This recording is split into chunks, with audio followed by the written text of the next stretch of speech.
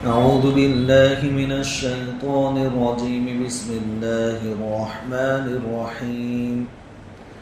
ولا يحسبن الذين يبخلون بما آتاهم الله من فضله هو خيرا لهم بل هو شر لهم سيطوقون ما بخلوا به يوم القيامة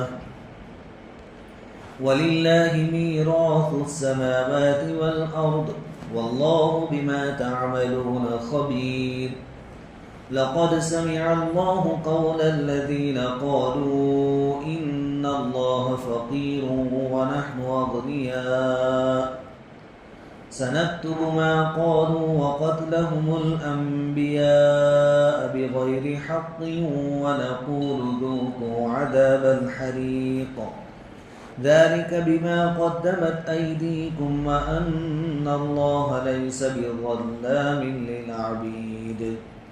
الذين قالوا إن الله عهد إلينا ألا نؤمن لرسول حتى يأتينا بقربان تأكله النار قل قد جاءكم رسل من قبلي بالبينات وبالذي قلتم فلم قتلتموهم إن كنتم صادقين فإن كذبوك فقد كذب رسل من قبلك جاءوا بالبينات والزبر والكتاب المنير. صدق الله العظيم.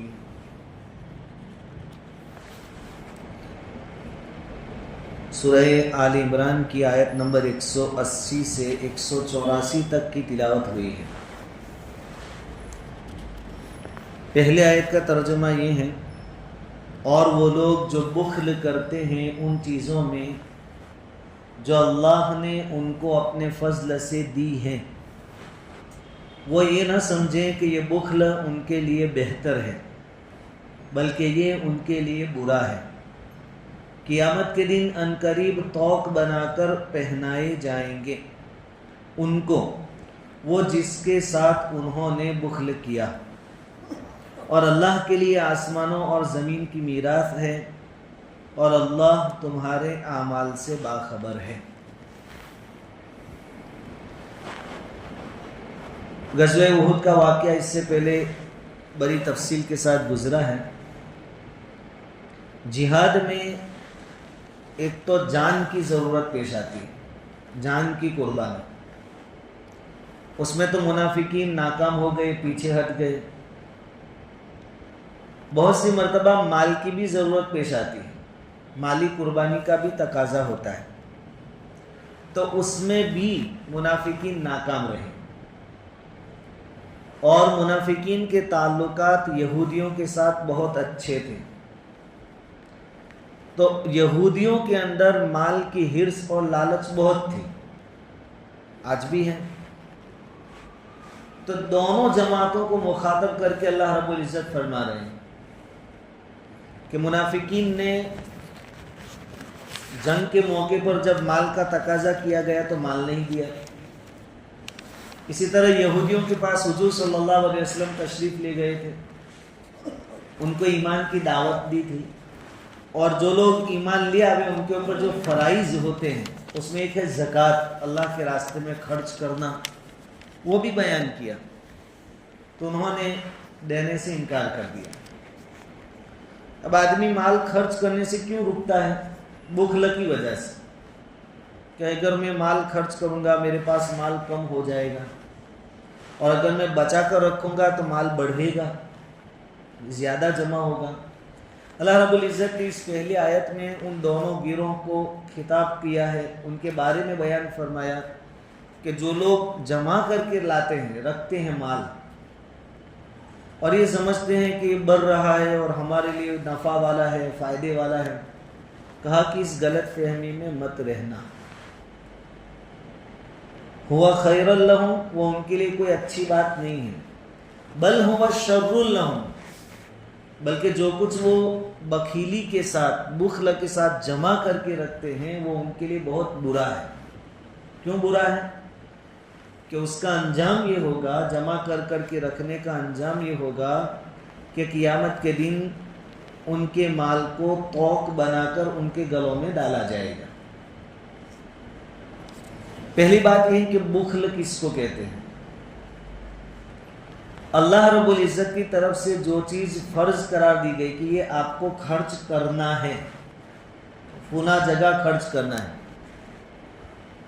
اس کو خرچ نہ کرے اس کو بخل کہتے ہیں۔ جہاں خرچ کرنا واجب ہے، فرض ہے، وہاں خرچ نہ کرے اس کو بخل کہتے ہیں، اور اس پر یہ وعید ہے کہ جو کوئی جہاں خرچ کرنا ہے وہاں نہیں کرے گا تو قیامت کے دن اس کے مال کو ہم طوق بنا کر اس کے گلے میں ڈالیں گے۔ یہاں طوق ہے، اس کے بارے میں حدیثیں بھی ہم بارہا سنتے ہیں کہ جو لوگ مال خرچ نہیں کرتے اللہ کے راستے میں، تو ایک حدیث ہے بخاری شریف کی، حضرت ابو ہریرہ رضی اللہ تعالیٰ عنہ بیان فرماتے ہیں نبی کریم صلی اللہ علیہ وسلم سے، من آتاہ اللہ مالا فلم یؤدی زکاتہ مثل لہ یوم القیامہ، کہ جس کو اللہ تعالیٰ نے مال دیا ہو۔ پہلی بات تو اس کی طرف اشارہ ہو گیا کہ مال دیا کس نے؟ اللہ نے۔ فلم یؤدی زکاتہ، اس کے باوجود وہ اس کی زکوٰۃ ادا کرتا نہیں ہے، تو اس کے مال کو قیامت کے دن ایک شکل دی جائے گی، مثلا شکل دی جائے گی، کس کے ساتھ؟ شجاعن، دلیر اور جری جو آتا ہے بہادر، اس سانپ کی شکل دی جائے گی۔ یہ روایتیں ہم سنتے ہیں لیکن اس کو ہم تھوڑی دیر محسوس کرنے کی کوشش کریں۔ ابھی کے دنوں میں ہم یوں سوچ لیں کہ بھائی ہم مسجد میں اور سامنے بندر ہیں، تو ڈر لگتا ہے کہ نہیں لگتا کہ یہ کئی حرکت کر کے ہم کو نقصان نہ پہنچائے، اور اگر ہم بیٹھے اور کوئی دور سے اشارہ کر کے بازو میں ہی بیٹھا ہے تو وہ ایک لطیفے کی طرح ایک کہانی ہے کہ ایک آدمی جنگل میں گیا، بہت تھکا ہوا تھا بیچارہ، تو ایک درخت کے نیچے کوئی چیز نظر آئی، اس پر ٹیک لگا کر سو گیا۔ اصل میں وہ شیر تھا، وہ بھی سویا ہوا تھا، یہ بھی ٹیک لگا کر سو گیا، اس کو معلوم نہیں تھا، آدمی تھکا تھا۔ دور سے دو آدمی جا رہے تھے، تھوڑی دیر کے بعد انہوں نے دیکھا تو اس آدمی کو انہوں نے کچھ بول کے یا کچھ حرکت سے جگایا اور اس کو کہا تو نے کس کا ٹیک لگایا؟ معلوم ہے شیر ہے، شیر۔ بس یہ بولنا تھا کہ وہ آدمی مر گیا، جب تک معلوم نہیں تھا وہاں تک تو ٹیک لگا کر تکیہ بنا کر سویا تھا، لیکن معلوم ہو گیا تھا۔ تو ہم اس کے بارے میں ذرا سوچیں کہ سانپ، اور یہ جو شجاعن کی تشریح میں یہ لکھا ہے کہ وہ سانپ جو اپنی دم کے اوپر کھڑا ہو جاتا ہے، حملہ کرتا ہے ایک ایک۔ اقرا، اتنا زہریلا پن ہوگا اس کے اندر کہ اس زہر کی وجہ سے سر کے بال چلے گئے ہوگے، گنجا سانپ، اور زیادہ ڈراؤنا۔ اس کو محسوس کریں، ایک تو بندر ہو پھر ڈانٹ دکھاوے تو آدمی اور زیادہ ڈرتا ہے کہ وہ بہت کھجوائلا ہے۔ یہ تو بندر بہرحال کہ ہم اس سے ڈرتے ہیں، وہ ہم سے ڈرتا ہے، اور یہاں تو اژدہے کی بات، وہ بھی شجاعن کہہ دیا کہ وہ ہم کو دیکھ کر بھاگنے والا نہیں ہوگا، پکڑنے والا ہوگا، حملہ آور ہوگا۔ اقرا، انتہائی زہر کی وجہ سے اس کے سر کے بال نکل گئے ہوں گے، گنجا ہوگا۔ لہو زبی بتانے، دو نقطے بھی ہوں گے اس کے آنکھوں کے آس پاس۔ یطوقہ یوم القیامہ، وہ اس کے گلے میں طوق بنا کر ڈال دیا جائے گا آدمی۔ اب کیا حال ہوگا؟ ثم یأخذ بلحظمتیہ، وہ سانپ اس آدمی کو جس نے بخل کیا تھا، جہاں شریعت کا حکم تھا خرچ کرنے کا، جہاں ضروری تھا خرچ کرنا وہاں نہیں کیا، وہ سانپ اس کے دونوں جبڑوں کو پکڑے گا، یہ جو ہڈی ہے کان کے نیچے، اس کو پکڑے گا اور اس کو ڈسے گا۔ اچھا، ڈسنے سے پہلے یہ بھی کہے گا ثم یقول انا مالک، میں تیرا مال ہوں، انا کنزک، میں تیرا خزانہ ہوں، جس کو بہت سنبھال کے تو نے رکھا، کسی کو دیا نہیں، زکوٰۃ بھی نہیں دی تو نے، صدقہ فطر بھی نہیں دیا، وہی ہوں میں۔ پھر اللہ کے نبی صلی اللہ علیہ وسلم نے اپنی بات کی دلیل کے طور پر یہ آیت کریمہ تلاوت فرمائی کہ بخل کرنے والے یہ نہ سمجھے کہ جو کچھ جمع کرتے ہو ان کے لیے نفع والا ہے، سراسر نقصان ہے، بہت برا انجام ہونے والا ہے۔ ایک اور روایت ہے کہ ایک تو ہے جہاں اللہ کا حکم ہے وہاں نہ دینا، اس میں ایک شکل یہ بھی آتی ہے جو اس روایت کے اندر ہے، وجاء عنہ صلی اللہ علیہ وسلم کی ایک اور روایت ہے، حضور صلی اللہ علیہ وسلم نے ارشاد فرمایا انہ قال ما من ذی رحیم یأتی ذا رحمہ فیسألہ من فضل ما عندہ، کہ ایک رشتہ دار، اس کو اللہ نے مال دیا ہے، اس کے پاس دوسرا رشتہ دار جو ضرورت مند ہے وہ آیا اور کچھ اس کے پاس سے مانگا، فیسألہ من فضل ما عندہ، بھائی تیرے پاس ہے، اللہ نے تجھے دیا ہے، مجھے دے، میں بہت ضرورت مند ہوں، قرض میں ڈوبا ہوا ہوں، فیبخل بہ علیہ، اور وہ رشتہ دار کیا کرتا ہے؟ بخل کرتا ہے، اس کو نہیں دیتا ہے، الا اخرج لہ یوم القیامۃ شجاع من النار یتملد، تو اس کے لیے قیامت کے دن جہنم میں سے ایک اژدہا نکالا جائے گا اور توق پہنایا جائے گا اس کا۔ تو یہ بھی ہے، اور قرآن نے جہاں خرچ کرنے کی بات بیان کی وہاں عام طور پر اور زیادہ تر رشتہ داروں کا ذکر پہلے کیا ہے۔ وَيَسْأَلُونَكَ مَاذَا يُنْفِقُونَ، وہ پوچھتے ہیں کہ ہم کیا خرچ کریں، قُلْ مَا أَنفَقْتُم مِّن خَيْرٍ، جو بھی خرچ کرو، فَلِلْوَالِدَيْنِ، ماں باپ کو پہلے دو، وَالْأَقْرَبِينَ، قریبی رشتہ داروں کو پہلے دو۔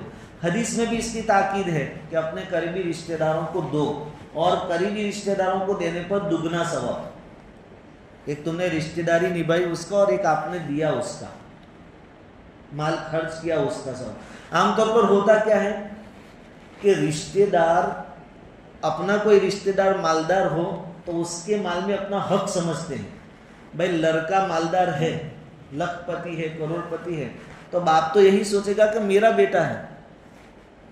اب اگر وہ باپ کو دے گا بھی تو باپ لوگوں کے سامنے اس کی تعریف نہیں کرے گا، وہ تو حق سمجھ کر لیتا ہے، بھائی میرا حق تھا اور اس نے دیا۔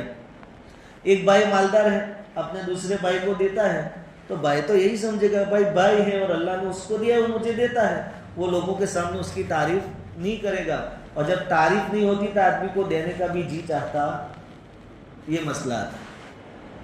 اس لیے لوگ اپنے گھر والوں کو چھوڑ کر باہر زیادہ دیتے ہیں، اور خاص کر کے ایسی جگہ پر جہاں اسٹیج پر بلا کر حاجی صاحب کا پھر کیا کیا جائے؟ استقبال کیا جائے، یہ ماشاءاللہ UK سے آئے ہیں، ہمارے اسپانسر ہیں، محسن ہیں، اب یہاں دے گا آدمی شخص، کیوں؟ یہاں سب کے سامنے واہوائی ہوگی، نام ہوگا، اچھا لگتا ہے، آدمی طبیعت ہوتی ہے اس کی۔ لیکن اگر گھر میں بن مٹھی کسی کو دے بھی دے گا 1,00,000 5,00,000 تو ابھی اس کا چرچا کہیں ہونے والا۔ قرآن نے اس کو برابر جہاں بھی مال خرچ کرنے کی بات آئی رشتہ داروں اور ماں باپ کو پہلے بیان کیا کہ ان کو دو، اور دینے میں بھی کیا ہونا چاہیے؟ اخلاص ہونا چاہیے۔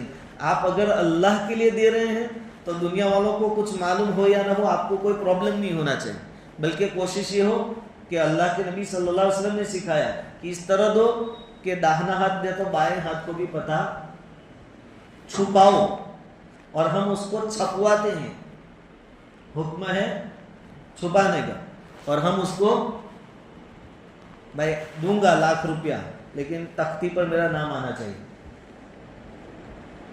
تو یہ حدیث اصل کیا ہے، جب وعیدیں سنیں تو کچھ ہماری کیفیت تکلف کر کے ایسی بنانے کی کوشش کریں کہ کہیں اس دائرے میں میں تو نہیں آتا۔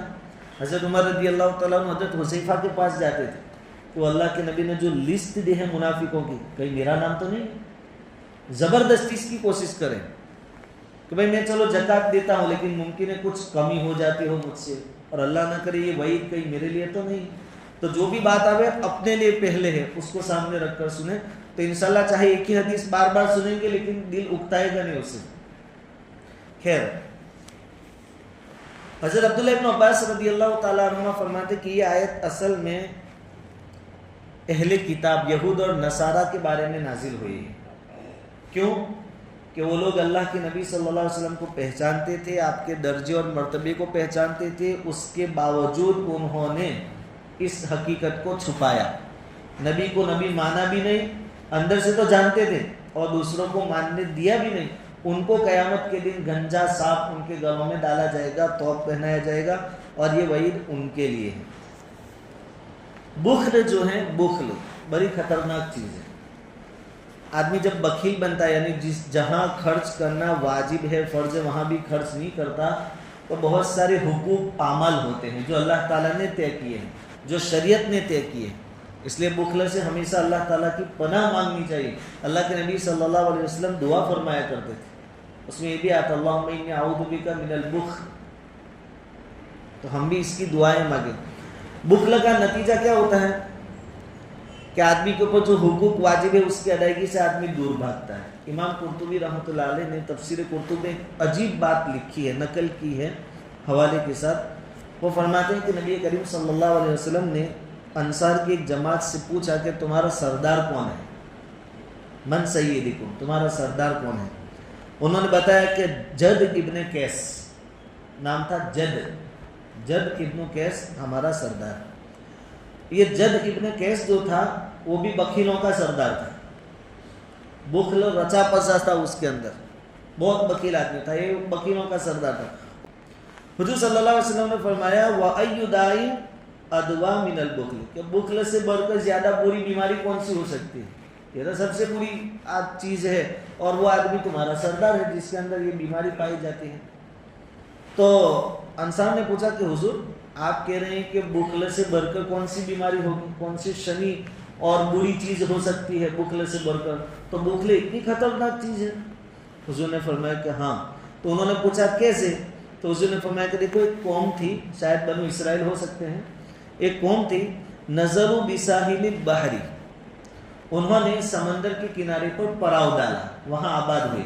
پہلے زمانے میں جہاں پانی ملتا تھا وہاں لوگ بستے تھے، تو یہ سمندر کے کنارے پر بسے رہے. فَقَرِهُ لِبُخْلِهِمْ نُزُولَ الْأَضْيَافِ بِهِمْ، اب یہ سب بخیل تھے جو سمندر کے کنارے رہنے آئے تھے وہ. تو انہوں نے یہ طے کیا کہ دیکھو ہمارے یہاں کوئی مہمان نہیں آنا چاہیے، مہمان آوے اس کو کھلاؤ پلاؤ تو بہت سارا خرچہ ہو جائے گا ہمارا، اس لیے کوئی مہمان نہیں آنا چاہیے. تو اس کے لیے کیا کیا جائے؟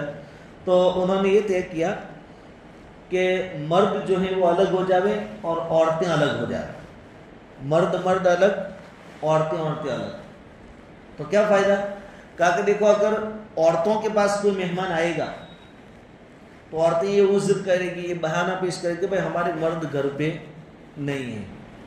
اب جب مرد نہیں ہے تو مہمان کیسے ٹھہر سکتا ہے؟ اور مرد گھر پہ نہیں ہے تو کماتا کون ہوگا، کھلائیں گے کیسے؟ تو تم یہ عذر کریں گے. ادھر دور مردوں کی جماعت رہتی تھی، ان کے ہی مرد، ان کے پاس مہمان آئے تو یہ کہیں گے کہ بھائی سب تو ٹھیک ہے، مال بال سب ہے، لیکن کھانا کون پکائے؟ عورتیں نہیں ہیں ہمارے گھر پر، کوئی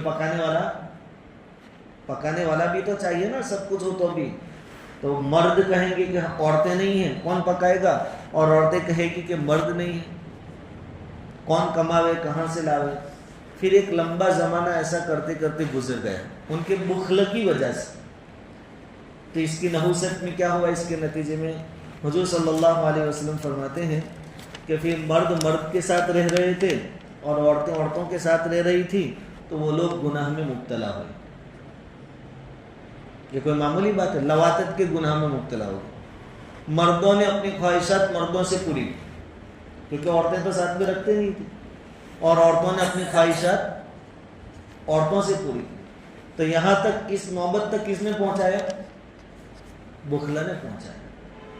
تو یہ واقعتاً خطرناک چیز ہے. امام قرطبی نے تفسیر قرطبی میں اس کو نقل کیا ہے. ایک اور روایت ہے ترمذی شریف کی کہ خصلتان لا تجتمعان فی مومن، ایک مومن کے اندر جو سچا پکا مومن ہو، دو عادتیں جمع نہیں ہو سکتی، البخل و سوء الخلق. ایک تو مومن بخیل نہیں ہو سکتا. اگر کوئی بخیل ہے یعنی فرض جہاں خرچ کرنا ہے وہ بھی خرچ نہیں کرتا تو سمجھو اس کا ایمان کامل ہوا. ایک تو مومن کے اندر بخل نہیں ہو سکتا، اور دوسرا ہے بد اخلاقی نہیں ہو سکتی. مومن کے اندر دوسری کچھ کمزوریاں ہو سکتی ہیں، لیکن جس کے اندر اخلاق اچھے نہیں ہیں وہ بھی کوئی مومن کہلانے کے لائق کامل مومن وہ نہیں ہے. ایک اور روایت ہے ترمذی شریف میں ہی کہ اللہ رب العزت کو جاہل سخی زیادہ پسند ہے عبادت گزار بخیل کے مقابلے. ایک آدمی اتنا دیندار نہیں ہے، تہجد اشراق چاشت کی پابندی اس کی نہیں ہے، اور جاہل آدمی ہے لیکن کھلے ہاتھ کا ہے، دیتا رہتا ہے، سخاوت کرتا ہے.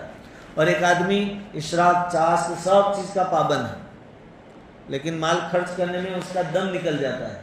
تو اللہ تعالیٰ کو وہ جاہل جو سخاوت کرنے والا ہے وہ عبادت گزار بخیل سے زیادہ پسندیدہ ہے، محبوب ہے. ایک اور روایت ہے، طبرانی نے نقل کیا ہے کہ اللہ تعالیٰ نے جنت عدن کو بنایا ہے. جنت کے بھی درجات ہیں، جنت الفردوس ہے، جنت عدن ہے. جنت عدن کے اندر اللہ تعالیٰ نے ایسی نعمتیں بنائی جس کے بارے میں حضور صلی اللہ علیہ وسلم فرماتے ہیں مالا عین رات، کہ کسی آنکھ نے دیکھا بھی نہیں، ولا اذن سمیعت، کسی کانوں نے سنا بھی نہیں، ولا خطر علی قلب بصر، اور کسی انسان کے دل پر اس کا خیال بھی گزرا نہیں. اس کو تیار کیا. اس کے بعد اللہ تعالیٰ نے جنت سے کہا کہ کچھ بول، حکم دیا. جنت عدن سے کہا تو کچھ بول. تو جنت عدن نے کیا کہا کہ مومن کامیاب ہو گئے، کہ جو سچے پکے مومن ہوں گے اس کو اللہ تعالیٰ جنت عدن میں داخل فرمائیں گے. اللہ رب العزت نے فرمایا کہ میری عزت کی قسم، تیرے اندر کوئی بخیل داخل نہیں ہوگا. یعنی بخیل جنت سے بھی دور ہوتا ہے. حدیث کا خلاصہ ہے کہ سخی آدمی اللہ کے قریب ہوتا ہے، لوگوں کے قریب ہوتا ہے، لوگوں کے دلوں میں محبت ہوتی ہے، اور بخیل آدمی لوگوں سے بھی دور ہوتا ہے اور اللہ رب العزت سے بھی دور ہوتا ہے.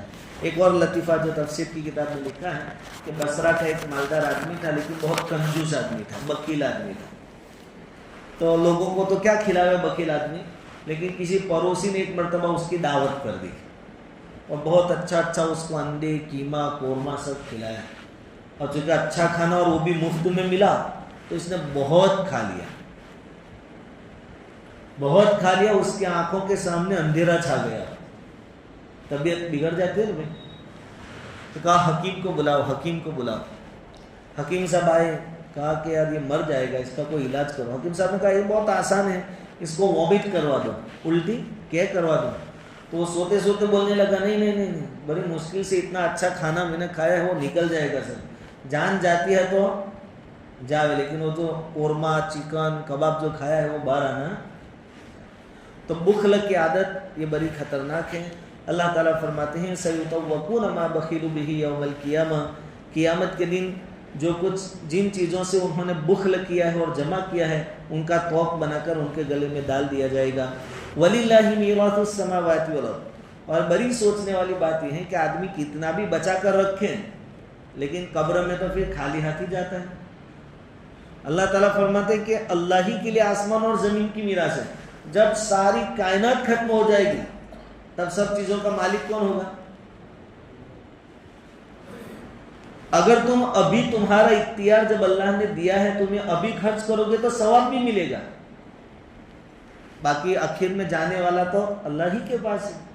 تو پھر یہ کیسی بیوقوفی ہے کہ جو چیز تم کو ابھی اختیار میں دی ہے، جس پر خرچ کرنے پر ثواب ملے گا، تم اپنے ہاتھ سے دے دو، ورنہ آخر میں سب چیزیں تو اللہ کی ہے.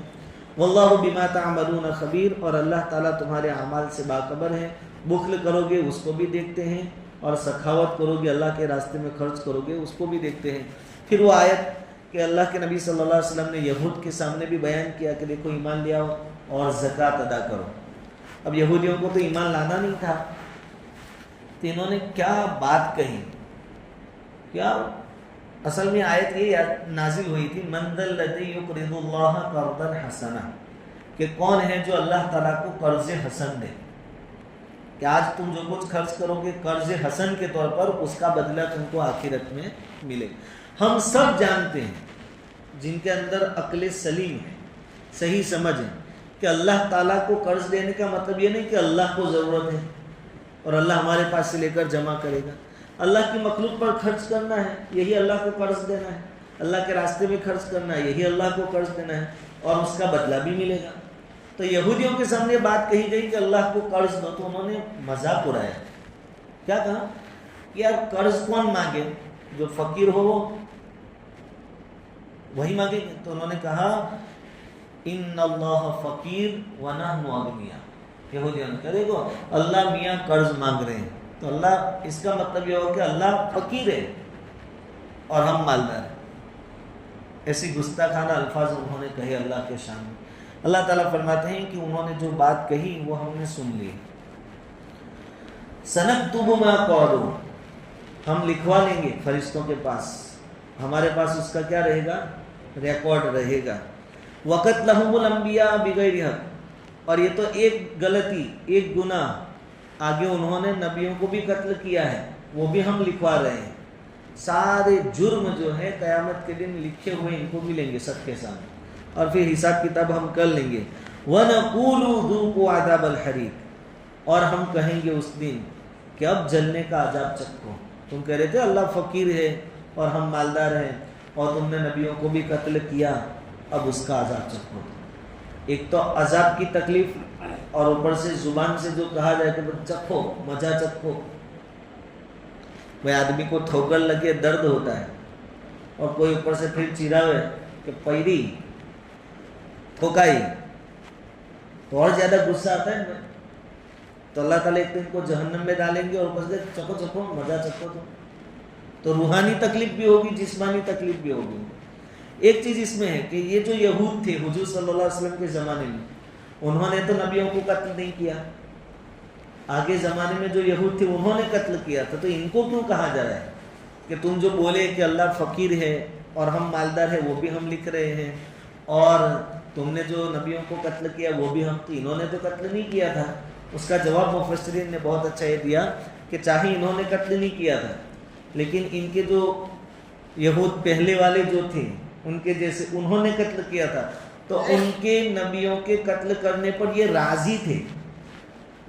اگلے والے یہودیوں نے جو قتل کیا تھا، بنو اسرائیل نے جو نبیوں کو قتل کیا تھا، حضرت یحییٰ علیہ السلام کو، حضرت زکریا علیہ السلام کو جو قتل کیا، عیسیٰ علیہ السلام کو بھی قتل کرنے کی انہوں نے پلاننگ کی اور کوشش کی، اس پر یہ جو یہود ہے مدینہ میں حضور کے زمانے میں وہ راضی تھے۔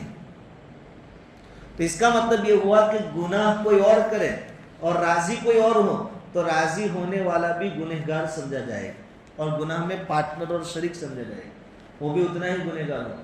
ایک روایت ہے معارف القرآن میں، مفتی شفیع صاحب نے اس کو نقل کیا ہے، جس کا خلاصہ حضور صلی اللہ علیہ وسلم نے فرمایا کہ ایک آدمی موجود ہے، اس کے سامنے گناہ کا کام ہو رہا ہے لیکن وہ اس پر راضی نہیں ہے، تو یہ آدمی ایسا سمجھا جائے گا گویا وہ وہاں ہے ہی نہیں۔ اس کے سامنے گناہ ہو رہا ہے لیکن یہ گناہ پر راضی نہیں ہے، تو ایسا سمجھا جائے گا کہ یہ آدمی وہاں ہے ہی نہیں۔ اور ایک آدمی گناہ ہو رہا تھا، اس وقت موجود نہیں تھا، موجود بعد میں اس کو پتہ چلا لیکن اس کو اچھا لگا، وہ گناہ پر راضی تھا، تو حضور فرماتے ہیں کہ اس کے بارے میں ایسا ہی سمجھا جائے گا کہ گویا وہ بھی گناہ میں شامل۔ تو ایسے کئی گناہ ہم جو آج کل گناہ کوئی اور کرتا ہے، پھر ہم اسے پوچھیں پھر کیا ہوا، پھر تو نے کیا کیا، پھر تو نے کیا کیا، جو مزے لے رہے ہیں نا گویا ہم بھی گناہ میں کیا ہو رہے ہیں، مفت کا گناہ لے رہے ہیں۔ تو اللہ تعالیٰ فرماتے ہیں پھر چکھو جلنے کا عذاب، ذالک بما قدمت ایدیکم، یہ عذاب تم کو اس لیے کہ تم نے جو اعمال کیے تھے اس کا بدلہ ہے، وَأَنَّ اللَّهَ لَيْسَ بِظَلَّامٍ لِّلْعَبِيدِ، پھر وہاں تو ہمیشہ کی جہنم اور طرح طرح کے عذابات، تو یہ اللہ کی طرف سے کوئی ظلم نہیں ہوگا، یہ ان کے کرتوت کا بدلہ ہوگا۔ اگر اللہ تعالیٰ فرماتے ہیں الذین قالوا ان اللہ عہد الینا اللہ نؤمن لرسول حتی یأتینا بقربان تأکلہ النار، یہودی ایمان نہ لانے کے لیے ایک اور بہانہ یہ بیان کرتے تھے کہ دیکھو ہم کو تو اللہ نے کہہ دیا ہے کہ کوئی بھی آدمی تمہارے پاس آوے اور اپنے نبی ہونے کا دعویٰ کرے تو تم اس کو نبی اس وقت تک مت ماننا جب تک کہ وہ تمہارے سامنے مقبول قربانی پیش نہ کرے۔ پہلے کچھ نبی ایسے گزرے ہیں کہ ان کی شریعتوں میں، ان کے دور میں اللہ رب العزت کے سامنے قربانی پیش کی جاتی تھی، نذرانہ پیش کیا جاتا تھا، پھر اس کے قبول ہونے کی نشانی یہ ہوتی تھی کہ آسمان سے بجلی آتی تھی اور اس کو کھا جاتی تھی، تو سمجھا جاتا تھا کہ اللہ تعالیٰ نے اس قربانی کو قبول۔